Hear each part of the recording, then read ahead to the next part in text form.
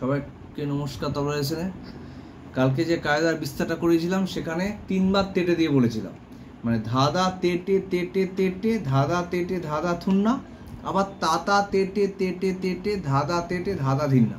এবার এই কায়দার বিস্তারের শেষ লাস্ট বিস্তার, যে কোনো কায়দার লাস্ট বিস্তারকে বলা হয় তেহাই।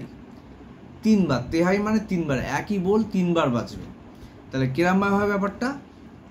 ধাঁধা তেটে ধাঁধা থুন্না ধা, গ্যাপ, হাফ মাত্রা গ্যাপ, আবার ধাঁধা তেটে ধাঁধা থুন্না ধা, আবার ধাঁধা তেটে ধাঁধা থুন্না ধা, 3 বার হচ্ছে। তাহলে ধাঁধা তেটে ধাঁধা থুন্না ধা, গ্যাপ, হাফ মাত্রা, ধাঁধা তেটে ধাঁধা থুন্না ধা, আবার গ্যাপ, ধাঁধা তেটে ধাঁধা থুন্না ধা।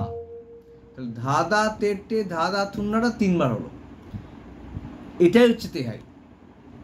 ঠিক আছে?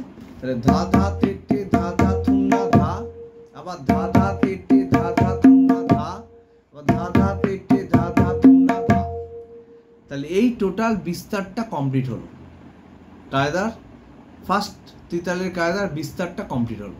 তাহলে বিস্তার শেষ হয় কি দিয়ে? তেহাই দিয়ে। এই যে ধাঁধা তেটে ধাঁধা থুন্না ধা 3 বার হলো। যে কোনো বলের যে কোনো কায়দার বিস্তার তেহাই দিয়ে শেষ হয়, এটাকে বলে তেহাই। ঠিক আছে? তাহলে আজকে এটুকু থাক, আবার পরের দিন অন্য কায়দা দিয়ে আবার বিস্তার দিয়ে সেটা বোঝাবো। ঠিক আছে?